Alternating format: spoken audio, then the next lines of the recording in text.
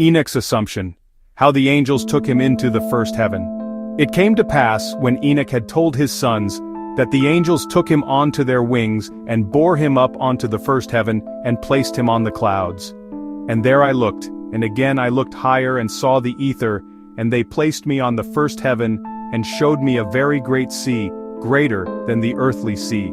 They brought before my face the elders and rulers of the stellar orders, and showed me 200 angels, who rule the stars and their services to the heavens, and fly with their wings and come round all those who sail. And here I looked down and saw the treasure houses of the snow, and the angels who keep their terrible storehouses, and the clouds whence they come out and into which they go. They showed me the treasure house of the dew, like oil of the olive, and the appearance of its form, as of all the flowers of the earth.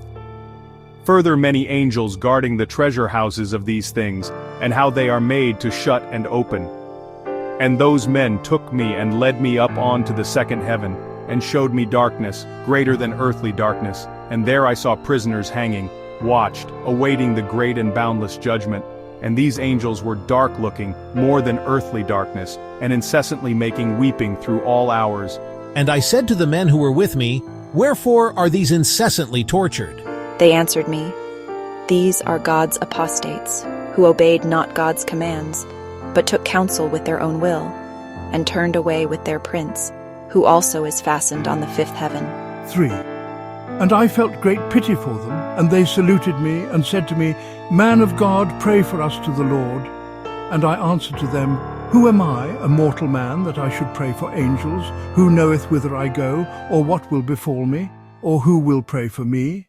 And those men took me thence and led me up onto the third heaven and placed me there.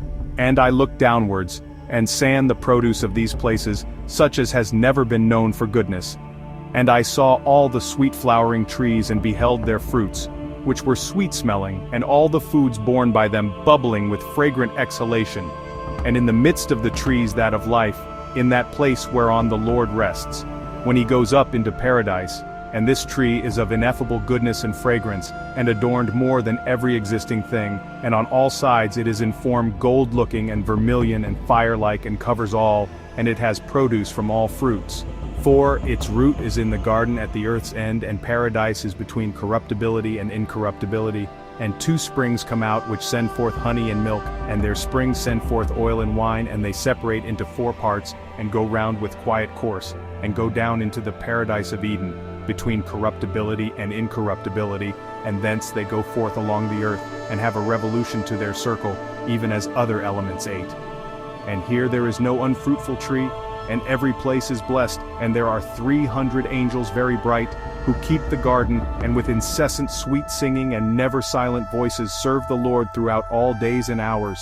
And I said, "How very sweet is this place!" And those men said to me, "This place, O Enoch, is prepared for the righteous, who endure all manner of offense from those that exasperate their souls, who avert their eyes from iniquity, and make righteous judgment, and give bread to the hungering, and cover the naked with clothing, and raise up the fallen, and help injured orphans." And who walk without fault before the face of the Lord, and serve him alone. And for them is prepared this place for eternal inheritance. And those 2 men led me upon to the northern side, and showed me there a very terrible place. And there were all manner of tortures in that place, cruel darkness and unillumined gloom, and there is no light there, but murky fire constantly flameth aloft. And there is a fiery river coming forth, and that whole place is everywhere fire, and everywhere there is frost and ice, thirst and shivering, while the bonds are very cruel, and the angels fearful and merciless, bearing angry weapons, merciless torture. And I said, "Woe, woe, how very terrible is this place."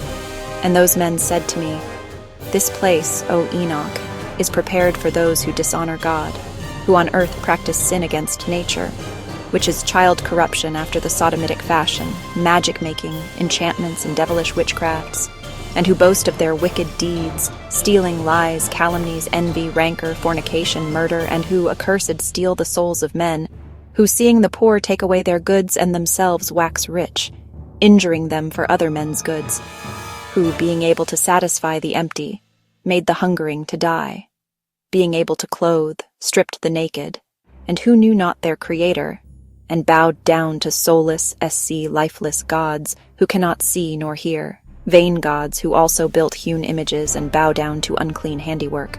For all these is prepared this place amongst these for eternal inheritance.